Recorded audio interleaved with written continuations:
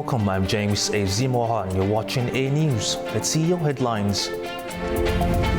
Israeli strikes in southern Lebanon kill at least 14 as the UN warns of rising settler violence in the occupied territories.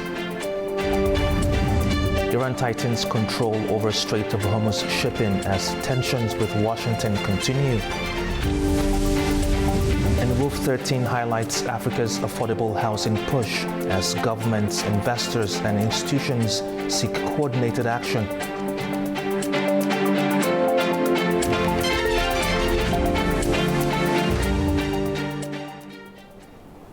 Now, Lebanese officials say at least 14 people were killed in Israeli airstrikes in southern Lebanon this week as mourners gathered on Thursday to bury victims of one of the deadliest recent attacks. United Nations is also reporting a sharp rise in settler violence in the occupied territories. Tensions remained high after Lebanese health officials reported 14 people were killed on Tuesday in Israeli airstrikes in southern Lebanon, with a health centre also destroyed in Mashouk. The health ministry said the dead in Deir Kanun and Nahar included 4 children and 3 women.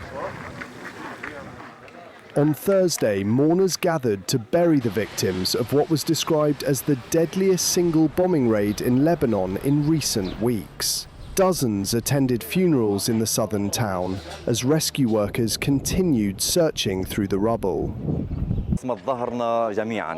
We heard about the airstrike and immediately began working to evacuate the wounded and the martyrs. Today, we came to continue searching for the missing. There are 2 or 3 people still missing. The casualties here are 5 children and 3 women.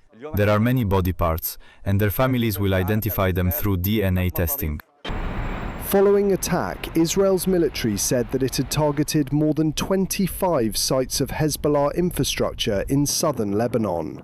The attacks came despite a 45-day ceasefire extension announced by the US State Department on May 16th, worsening the humanitarian crisis amid rising casualties and displacement. Fighting has continued despite a US-brokered ceasefire, with each side accusing the other of truce violations. The United Nations also said on Thursday that Israeli settlers carried out at least 49 attacks between May 12th and May 18th. In just 1 week, between the 12th and the 18th of May, OCHA documented at least 49 attacks by Israeli settlers that caused casualties or damage, including a rise in arson attacks against homes, farmland, vehicles, and a mosque. With this, over 870 settler attacks across more than 220 communities have caused casualties or property damage this year alone.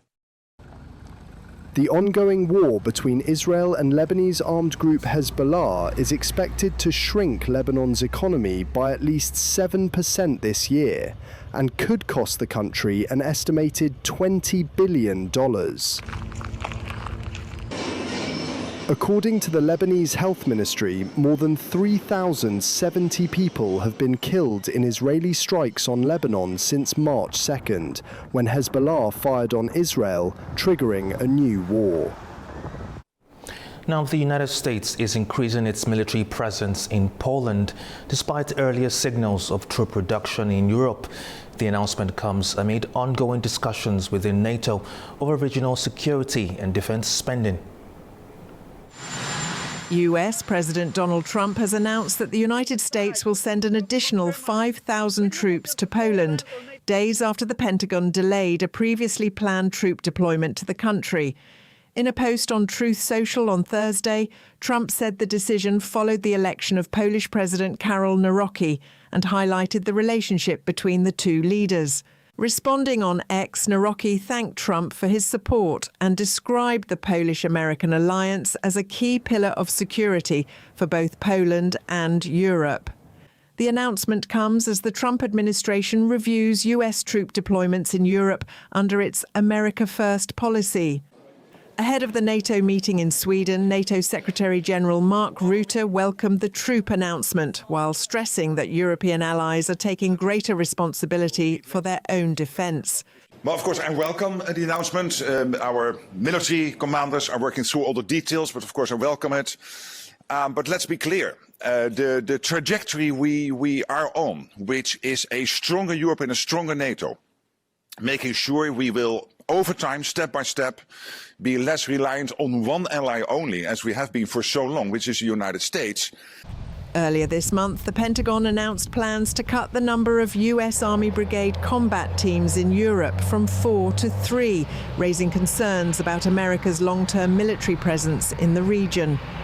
US Defense Secretary Pete Hegseth later said the delay in the Poland deployment was temporary and stressed that Washington remains committed to a strong presence there. It is still unclear whether the additional troops announced by Trump are tied to the delayed deployment or will come from other bases in Europe, including Germany, where the US plans to withdraw 5,000 troops. The move comes amid NATO debates over defense spending, with Trump urging European allies to do more for regional security. Poland, one of NATO's top defence spenders, currently hosts about 10,000 US troops as the war in Ukraine continues. Now, NATO Secretary-General Mark Rutte says freedom of navigation through the Strait of Hormuz is under serious threat as tensions in the region continue to disrupt one of the world's most important shipping routes. The freedom of navigation, and this is what is at stake here. The Strait of Hormuz is at this moment choked off. And the free movement of navigation is seriously under threat here. So, of course, this is an interest also for all allies, not for NATO maybe as an alliance, but clearly wherever we can help, we will be there. Thank you so much. Now, Iran says it is tightening control over shipping through a key maritime corridor as tensions with Washington continue after the recent conflict. Turaj Shivalilu has more. I'm reporting from the Iranian waters at the Strait of Hormuz, connecting the Persian Gulf and the Sea of Oman. The strategic waterway through which a major share of world's oil and gas, as well as critical petrochemicals, is transited, has turned to a hot point of contention between Tehran and Washington in the wake of the Israel-US war with Iran. While the US has imposed maritime blockade over Iran's southern ports, Iran has been retaliating by defying the move and clamping down its own control over the waterway. In the latest development in the post-war standoff between Iran and US, Iran's Revolutionary Guards announced on Thursday that it allowed 31 commercial vessels to pass through the strait. Iran has also been charging the vessels sailing through the narrow corridor with safe navigation escorting tolls. Also earlier this week, Iranian authorities announced that they have increased the geographical zone under their control on both sides of the Strait of Hormuz. The extension brings under Iran's grip the oil exporting terminals of the regional countries which were not under Iranian Navy's monitoring. Turaj Shivalilu from the Strait of Hormuz for AnewZ. Now, staying in the Middle East, Israeli strikes killed at least 4 people and wounded several others across Gaza on Thursday, the Palestinian News and Information Agency reported. The Wafa agency says 3 people were shot dead by Israeli forces in southern Gaza, while another Palestinian was killed in northern Gaza after an Israeli drone dropped an explosive device. Several others were wounded in that incident, while a further person was injured in a separate drone strike near a displacement camp in Jabalia.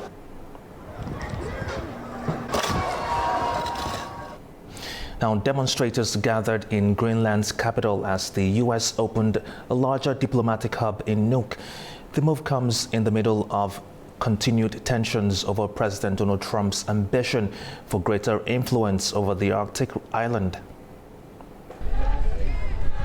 Several hundred demonstrators protested outside the new US consulate in Nuuk as Washington officially opened its expanded diplomatic mission in Greenland. Crowds waved Greenland's red and white flag and held signs reading "USA, stop it," while chanting "No means no" and "Greenland belongs to the Greenlanders." The new downtown consulate replaces a smaller facility on the outskirts of the capital. A US State Department spokesperson said the site offers greater capacity for diplomatic engagement in Greenland. Greenland Prime Minister Jens Frederik Nielsen and several other local politicians declined invitations to attend the opening.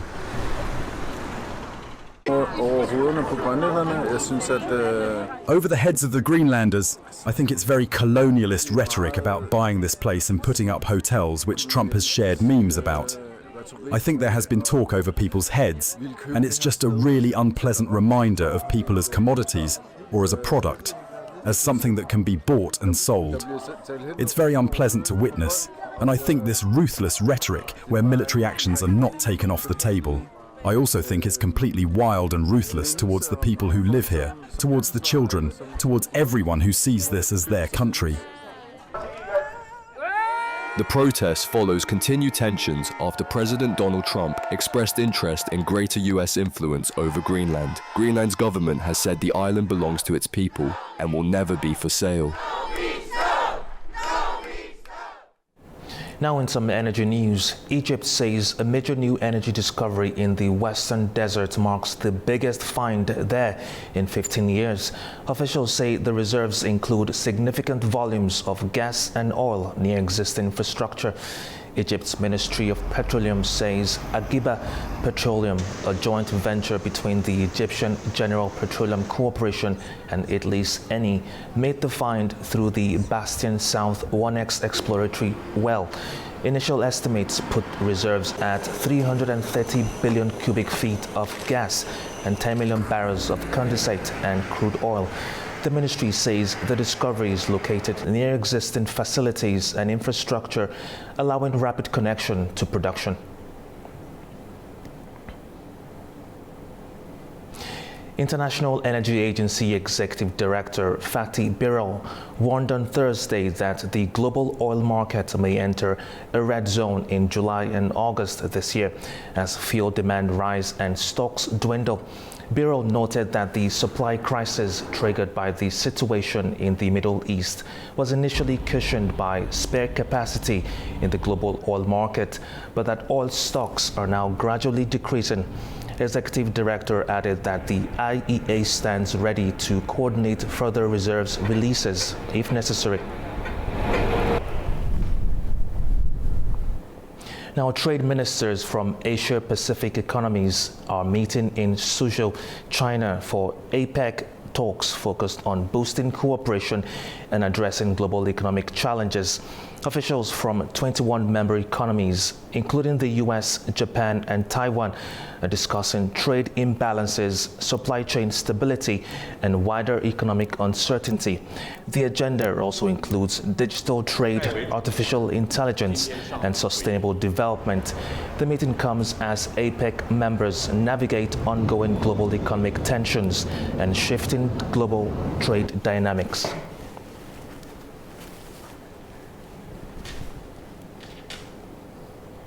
Now, staying with China, the country has raised fuel prices once again this year, with the increases taking effect today.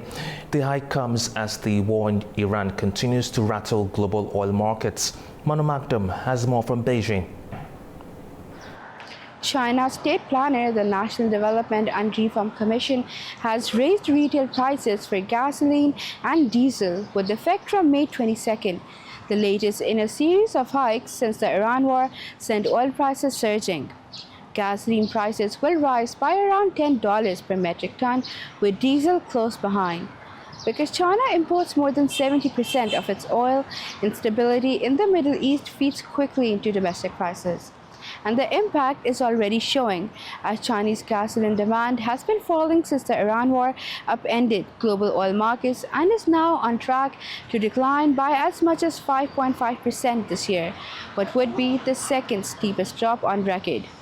Notably, back in April, Beijing actually capped a planned fuel price increase to cushion consumers from the full force of global volatility, a sign that authorities are trying to manage the economic fallout very carefully. Today's hike suggests that cushion has limits. Analysts warn that the increase will push up transportation and manufacturing costs at a time when China's economy is already dealing with softer consumer demand and weaker than expected industrial output. Manu Makdum, AnewZ, Beijing. Now, at least 11 people were killed after a 5-story residential building collapsed overnight in the northern Moroccan city of Fez, according to local media reports. 6 others were injured in the collapse. The injured were taken to hospital and their conditions were reported as stable. Authorities have opened an investigation into the cause of the collapse, though officials have not yet released further details.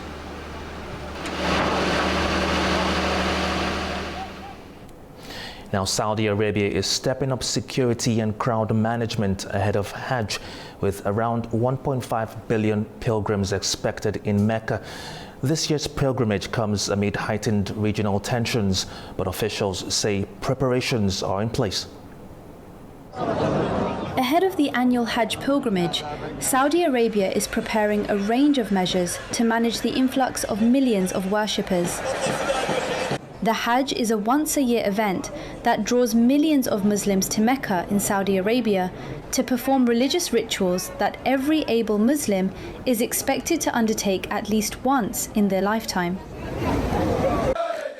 This year marks the first time Saudi Arabia has proceeded with the annual pilgrimage while also facing a period of heightened regional tensions, including a war that has seen direct strikes on Saudi territory.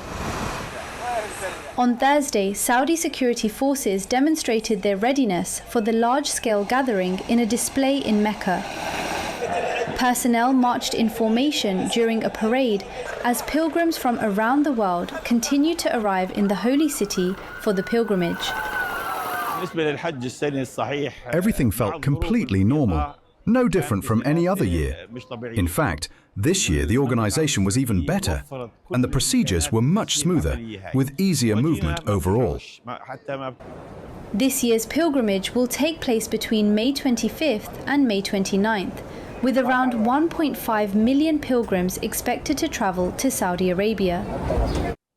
All right, after the break, we'll examine the latest developments in the US-Iran crisis after Iran's supreme leader reportedly ordered that the country's enriched uranium remain inside Iran, despite growing international pressure. Stay with us.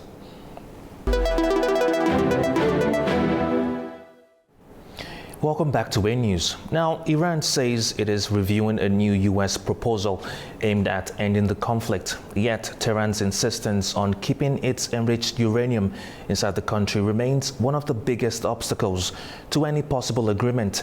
Now we're joined by Teresa Fernandez, expert in international relations, joining us from Lisbon, Portugal. Thank you for joining us, Teresa. Thank you, James. Now, Iran says the uranium stays in Iran. Washington says that's unacceptable. So are these still negotiations or just public positioning before a breakdown? It does seem like it's more of an imposition rather than a negotiation at certain points. The Iran issue has always been the arms wrestle between America, this current American administration, and Iran. This will definitely be the tipping point for negotiations between these two parties, which I remind are negotiating indirectly through Pakistan. So this does extend negotiations to a further length rather than if all parties were able to sit at the negotiation tables, which they have done before. And once again, reminding of that moment, the Iranian issue was again, the tipping point. So it does seem to me that this will definitely be the point that will either make or break a deal between these two parties. Now, Trump keeps talking about ending the war quickly. How much of this is now tied to political image and the need to project control?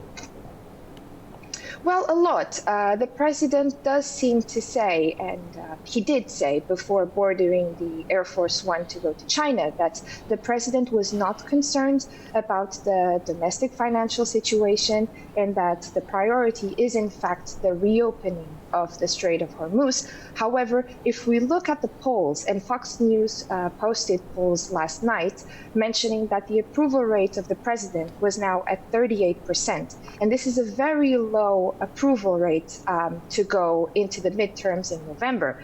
Also on these polls, the biggest disparity for domestic issues between political aspects of domestic policy was economics and the concern about inflation. And we were talking about a disapproval rate of 71 to 76%. This is definitely not good percentages for a president that will be facing midterm elections in November. And the midterm elections are, in fact, to review the performance of the administration in course. So if we consider that the whole House of Representatives is now up for election, as well as a third of the Senate, if the president does aim at keeping his power over the administration and his ability to project power, that is the most important thing for an executive position, it should definitely concern the president of how the resolution of the situation in the Middle East reflects at U.S. territory. Mm-hmm. Now, Tehran claims this ceasefire is a tactical deception to mask upcoming strikes. If talks fail, does the U.S. even have the regional logistics ready for a ground invasion? So the U.S. did reinforce its presence in the Middle East and along with its allies in the Middle East. So when we look at this issue of military presence, we cannot just limit our analysis to the U.S. military presence at the entrance of the Strait of Hormuz. The U.S. does have the capabilities, and like I said, it is reinforcing its presence in the Middle East. However, the amount of lives that would be lost, and the president has compared this war with the war in Afghanistan, which lasted 19 years. We are talking about over 20,000 soldiers injured, over 20,000 U.S. deaths in this conflict. It doesn't seem wise to me to extend the conflict further and to escalate it further, because it will result in a lot of U.S. casualties. Additionally, we are also seeing the U.S. administration constantly saying that they will get the enriched uranium. Now, I remind that this uranium, this 440 kilos of enriched uranium, is located underground. So it will be very complicated for the U.S. to obtain it. And we don't know what are the plans for the U.S. to, in fact, obtain the operation that could be behind this idea. Mm-hmm. But definitely, we see it as a very complicated point to get this uranium without boots on the ground. But again, boots on the ground will come at a very expensive cost. And we're not just talking about expensive financially, economically, we're talking about the lives of hundreds of Americans. And I don't think, from what we've seen over the past intervention, especially when 2 pilots were lost in Iranian territory, that the president is considering this option. So I think this is more rhetoric rather than a well-thought-out operation. Now, when historians look back at this moment, will they see a nuclear crisis or the moment the post-American Middle East truly began? I think primarily historians will see the pivotal image of Donald Trump since returning to the White House earlier last year. That's the most important thing that we are taking from this conflict, but not just this conflict. We've had the situation with Greenland, we've had the situation, we've seen the intervention in Venezuela, we're seeing the blockade in Cuba. So when we compare Donald Trump to other presidencies, I think the wisest comparison that we can do is, in fact, to Donald Trump 1.0, because all other presidents had different positions towards European security, towards Middle Eastern security. So that will be the primary point that we will be focusing on.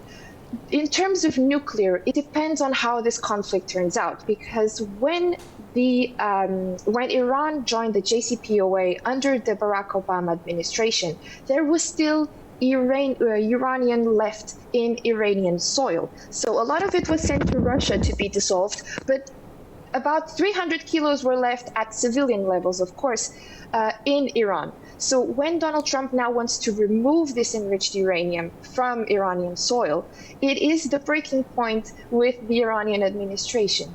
And also another important thing to keep in mind when we analyze this aspect of the conflict is the fact that we have seen some differentiations in terms of posture within the Iranian regime. So we have the hardliners, which is the Iranian Revolutionary Guard Corps, and we did have a softer line when it comes to the parliament and the government and even the supreme leader.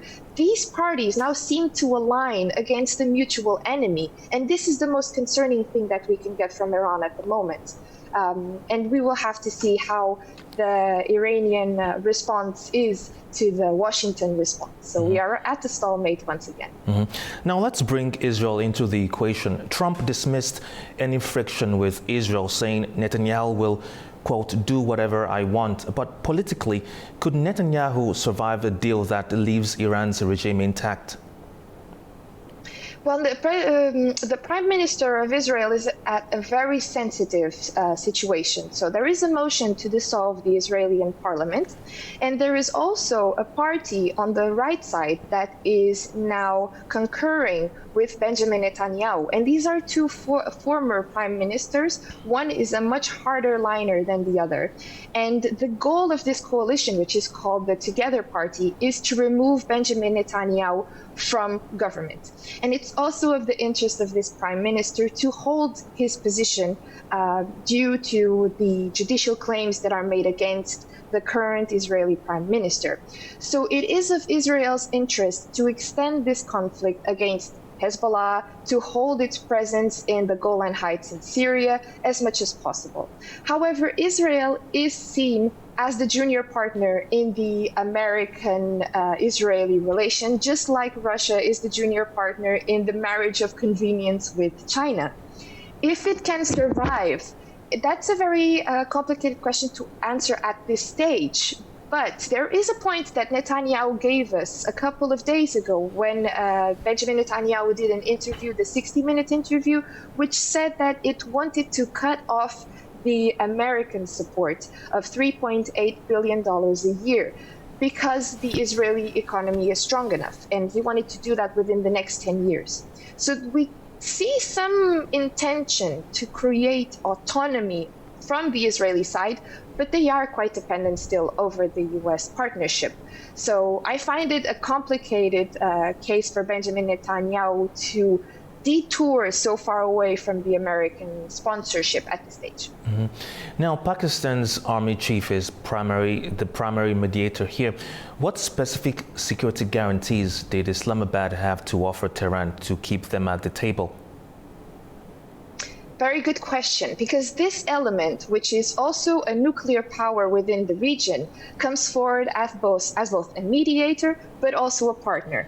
And when I say partner, I'm talking about Saudi Arabia. So there is a mutual agreement in terms of defense since last year, in which Pakistan and Saudi Arabia joined forces as partners. And we are aware that recently Pakistan deployed 8,000 troops to Saudi Arabia, and we've also seen a reinforcement of material, but I reinforce the word defensive material, towards Saudi Arabia. This, of course, is seen by the Iranians as a foot behind when it comes to trust, because defensive material nowadays can easily be changed into offensive material. And that's why we also see a proliferation of the dual-use concept when it comes to military production. And we've seen this across the world. It's not just the Middle East. So the biggest assurance that Pakistan had to give Saudi Arabia, had to give Iran, was that its partnership with Saudi Arabia would not interfere with the negotiations. And by that I mean that it had to guarantee Iran that Saudi Arabia or the US would not use its bases, we're talking air base, land base, to act offensively towards the United States. That is the biggest point that definitely had to be assured by the field marshal. But we have to extend nowadays the concept of security to a broader scale, because from what we've seen, according to the developments in terms of the conflict in the Middle East, we also need to remind ourselves that Pakistan and Iran share a 900-kilometer border, and there will be a big influx of refugees from this conflict resulting into Pakistan. So this is also one of the points that's very important in terms of diplomatic negotiations.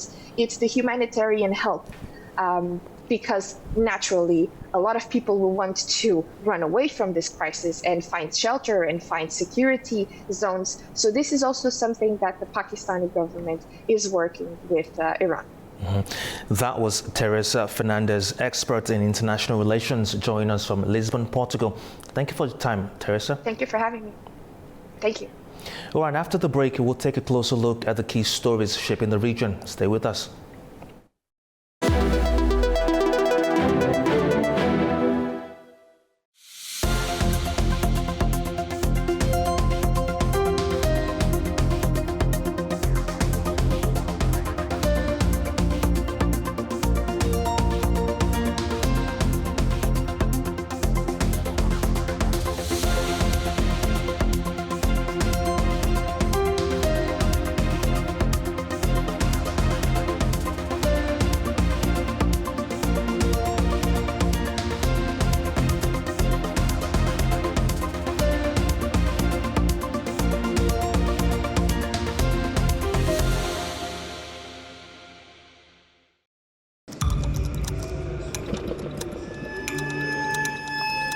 Inside Politics delves deeply into the heart of global issues shaping our world today.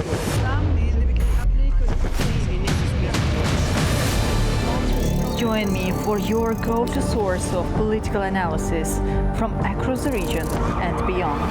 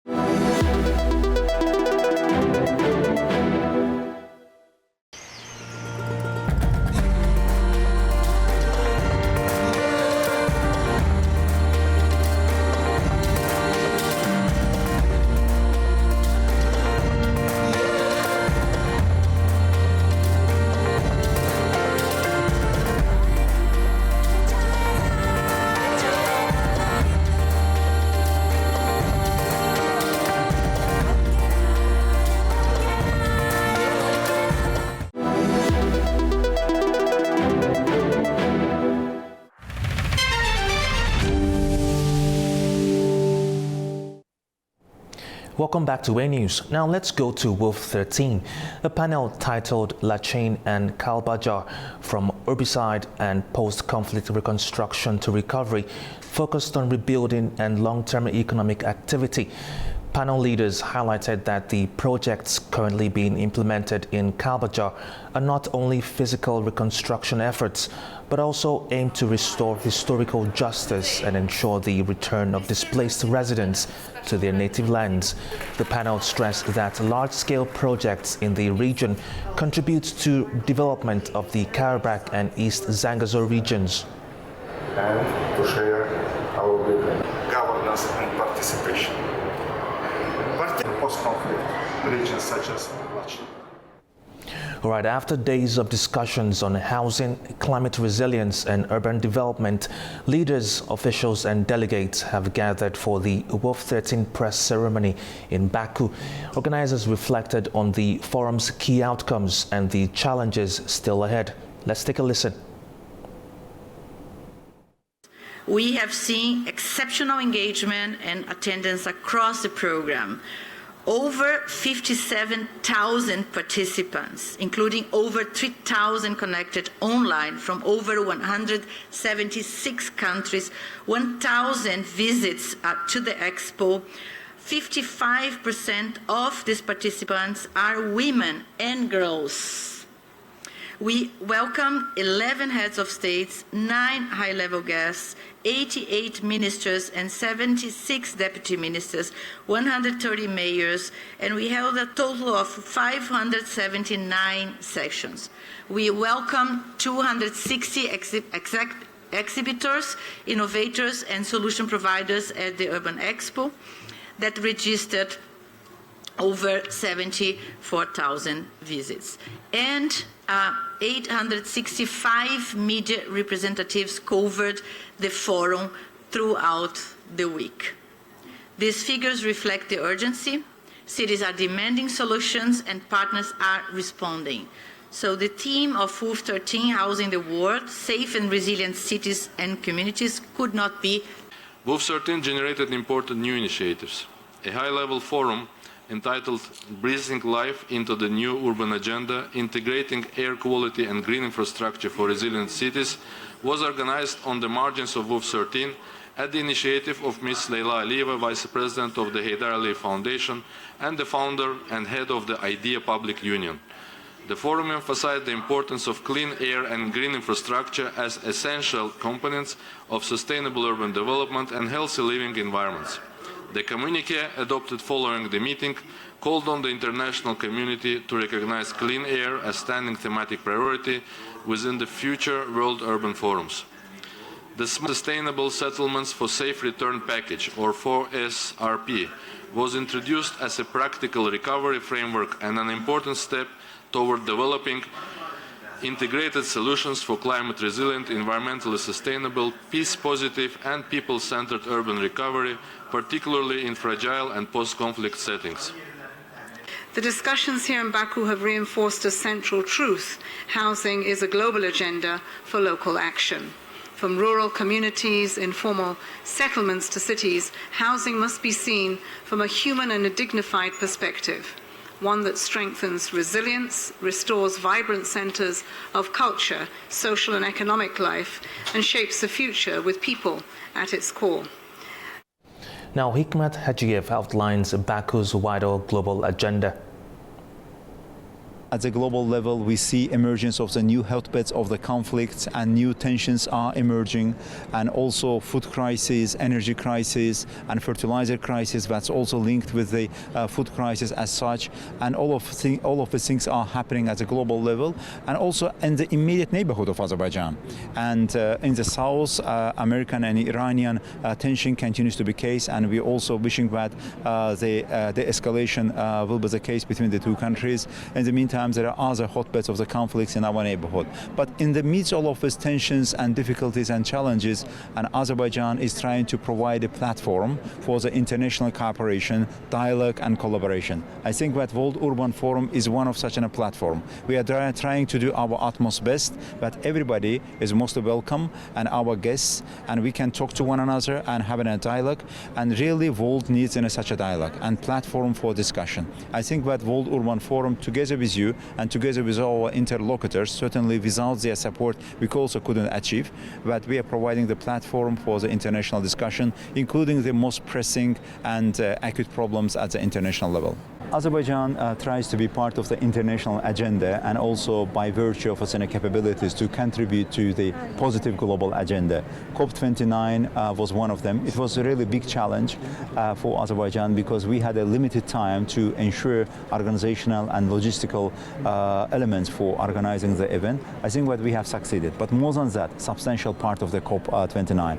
Azerbaijan's COP was considered like a financial COP because international community, particularly Global South and developing and also least developed countries and island and also landlocked countries were expecting new financing mechanisms. I think that Azerbaijan's COP29 provided that financing, and it was not only Azerbaijan, but together with the international community, we worked together and we produced results. That was a vision of Azerbaijan, to building the bridge between the different parts of the world, building the bridge between Global South and Global North as well. Because as you can see, Azerbaijan is also putting a lot of emphasis and support for galvanizing all the energy and resources of the Global South countries.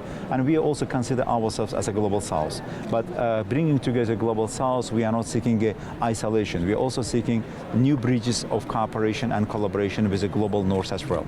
And as a continuation of the same policy of building bridges and providing the platform for the cooperation and being part of the global positive agenda, Azerbaijan is also hosting the World Urban Forum, because as everybody sees, and in the discussions that we have also seen, that urbanization is an opportunity, is a challenge for every country.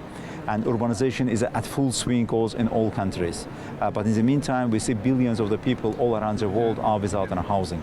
And in the 2050, more people will live in the cities rather than some other places. But there will be additional pressure on the infrastructure of all our respective countries. We should start thinking and working on all of these issues now, not to wait for other opportunities.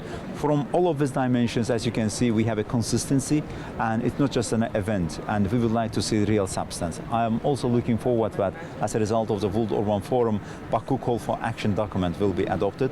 It's like a consensus document. It's not just produced by the government, it's produced by the stakeholders, by civil society institutions, professionals, academicians from all our respective countries, providing the platform, providing the document and basis of the reference for the whole international community. And assuredly, what I can add also that Azerbaijan will continue its endeavors to providing the platform for such an international activities and being the positive part of the global agenda. Thank you. Really, between Kenya and Azerbaijan, we indeed see a lot of potential for development of our bilateral cooperation at the political level, economic, trade, and including the people-to-people contacts level as well. We also commend all the work of the Kenyan government for the housing project. Is one of the unique and also massive and very successful housing project.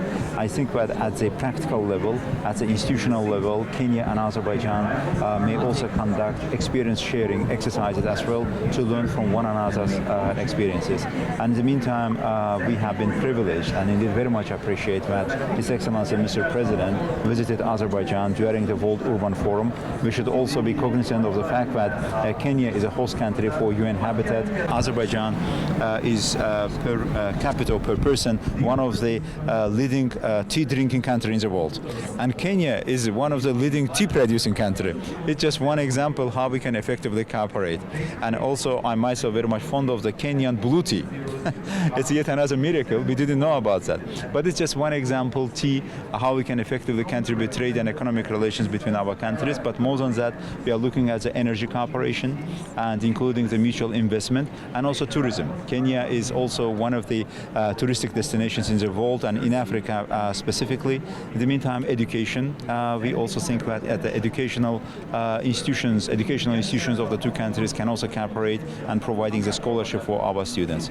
And all in all, really, we see as a bright future for the Kenya-Azerbaijan cooperation in all dimensions. Two countries are also discussing potential investment projects, and Azerbaijan is also a potential investor, and we may consider certain investment projects based on the interests of the two parties and for advancing our economic and business relations. Really, climate change, every country is suffering from the elements of the climate change, and in Baku, you see that on the very first day of the World Urban Forum, we also faced with the calamities of the climate change, and such a heavy rain with such an outflow of the water in the mid of May for Azerbaijan, for Baku, it was something unusual. And in a sense, we also consider that it's an indication of the elements of the climate change for our region. And it affects everybody, and it affects in a Latin American region and many other parts of the world. And climate change also, I agree with you, that provides a difficulty for the habitat projects as well and for housing projects as well. Now, discussions held on the final day of WOF 13 focused on the key challenges facing the cities of the future. The panels addressed indigenous peoples' housing rights, land-related issues, and the challenges they face in urban spaces, as well as rapid urbanization and the integration of green technologies. Here's more. We are coming to you from the final day of the 13th session of World Urban Forum. The event is wrapping up today, but the momentum hasn't slowed down, with experts tracking some of the most critical challenges facing our future cities. Today's closing sessions feature two completely different yet equally urgent panels. The first brought a sharp focus on social justice, highlighting the systematic barriers indigenous peoples face. Experts from around the globe shared first-hand experience of overcrowding, land grabbing and the exclusion of indigenous identities from urban spaces. The consensus here was clear: securing the right to adequate housing requires an immediate, holistic approach combining legal protection with culturally appropriate urban design. It's reality that we don't use the terminology of indigenous people, but diversity existed in Azerbaijan many centuries, and we have a better model, multiculturalism model, which has existed, which is functionable, and we are creating the equal possibilities for all communities living in Azerbaijan. We're respecting all heritage, all groups living in this country, be it churches, mosques, synagogues, and etc., and also all nations, all minorities living in Azerbaijan have the same rights of getting education in their own languages, getting publication in their own languages. We are respecting their cultures, their beliefs, and etc. So we shared our experiences, and we also offer, as a hosting country, that we need to work on new housing programs. We need to include indigenous communities for shaping these policies. During urban planning, we need to work together to include diversity, because cities is not just a physical places where we live, but it's also a cultural environment, places where the people should be respected. We need to include all communities. The second panel session focused on rapid urbanization and green technology. Experts shared practical strategies on how to embed renewable energy, smart grids and circular systems into a modern infrastructure. Two very different discussions today, but they share a single bottom line. The cities of tomorrow must protect both their people and the planet. That's all for now. This is Leyla Rahimli with Zohrab Shirinov for AnewZ. Now, several events have focused on the global housing crisis, with experts and country representatives discussing how wars, disasters and displacement are reshaping housing needs and how recovery can be made more inclusive and people-centered. Sabina Abubakar has more. It is about rebuilding lives, of reconstruction. It's designed to be interactive. Today at the World Urban Forum in Baku, two back-to-back discussions focused on one issue that affects millions across the world: housing. The first dialogue looked at housing in times of crisis, not just after wars, but also after climate disasters and displacement. Speakers from Azerbaijan, Iraq, Palestine, Syria, Ukraine and major international organizations shared one message: recovery is not only about rebuilding walls, it's about rebuilding lives. Azerbaijan's presidential representative Emin Huseynov joined former Iraqi President Barham Salih, UN Habitat Executive Director Anna Claudia Rosbach and other global experts. Representatives from Ukraine and Palestine brought attention to the challenges of rebuilding communities affected by war and displacement. They discussed land rights, financing and community-led reconstruction. But there are, looking ahead, 60% of the people in IDP camps. To make the voices of those impacted. In our regions alone, so far we have about 13,700 people already resettled. Among them 7,000 in Agdam and 3,000 each in Fizuli and Khojavand. But this year alone we will try to resettle around 30,000 more our citizens to their native homeland. And then, of course, this process will be continued next year as we go on.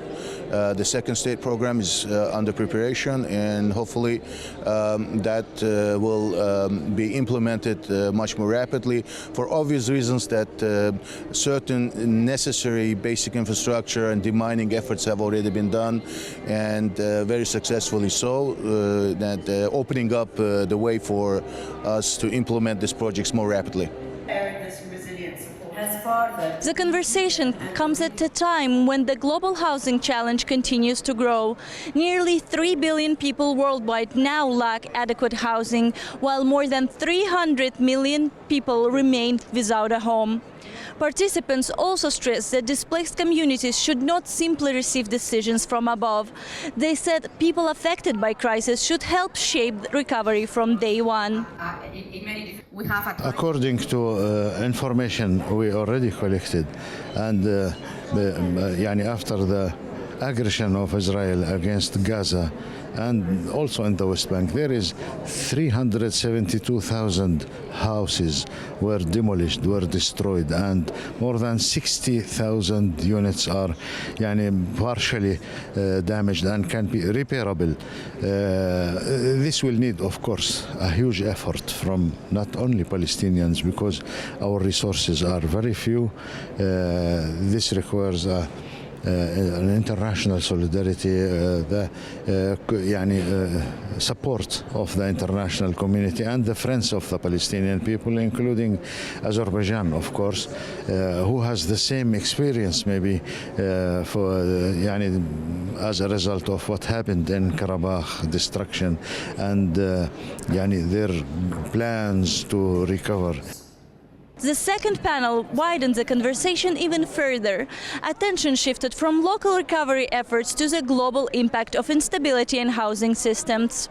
Experts from UN Habitat, UNDP and regional organizations discussed how crises can trigger effects far beyond the countries directly affected.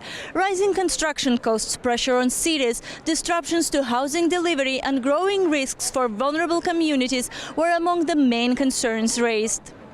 The discussion was not only based on policy and data. Some speakers also spoke from personal experiences, including Lebanon's Minister Claudine Karaki, who reflected on the realities faced by communities that have witnessed war firsthand. Housing issues, the communities, the poor people they are facing, it's very serious, it's challenging, and recently we have also seen mass evictions that has actually happened in Kathmandu. So the housing issues, it's very critical, and that actually requires immediate attention to address the issues and to rehabilitate. Speakers also stressed that the impact is being felt across regions from the Middle East to Africa and Asia Pacific, creating long-term challenges for cities and for millions of people trying to access safe and affordable housing. Sabina Abubakir, Zohrab Sherinov, AnewZ. Now, women's access to safe housing is under the spotlight at Above 13, with speakers warning that insecure homes can deepen poverty, exclusion and violence. Nachichek Jahanguli brings us this report.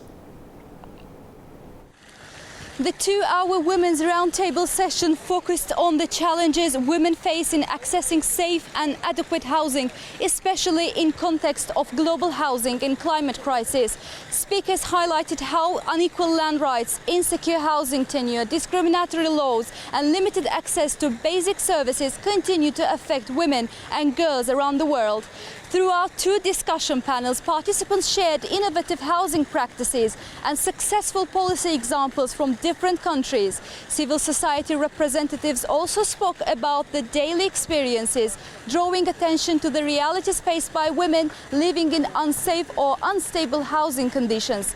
United Nations Deputy Secretary General Amina Mohammed attended the event and delivered opening remarks. She stressed that access to adequate housing is closely linked to dignity, safety, health and inclusion, while warning about the serious impact of housing shortages on women. Speakers also addressed the connection between housing insecurity and gender-biased violence. Conducting the event, we need to focus on capacitating women-led grassroots women's organizations so that they have better access to funding, and also for enhancing their own capacity, right, to advocate for the housing rights agenda, and also to improve the housing facilities, including water, sanitation and other basic facilities in the communities. You look at the problems that particularly women have when they are abused and they have to leave their homes. They have a multiplicity of issues. What are they going to do about their children? How are they going to be housed? How do they get the money to keep their children and their families together? How are they going to continue to make sure their children are educated? Now, all of those things, and how do they earn money for themselves to make sure they can feed their families? All of those things have to be taken into account.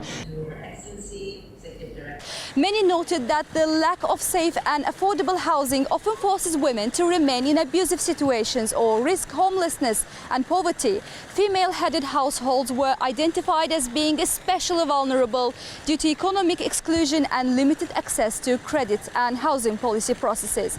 Building on the Beijing Plus 30 action agenda and the new urban agenda, the roundtable aimed to strengthen gender-responsive housing policies and support women's leadership in housing and land governance. Recommendations shared during the session will contribute to the WUF 13 outcome document and future policy discussions. Narçiçek Cahangirli, Natik Mehmedov, AnewZ. All right, that's all we have for now. Thank you for watching and stay tuned to AnewZ.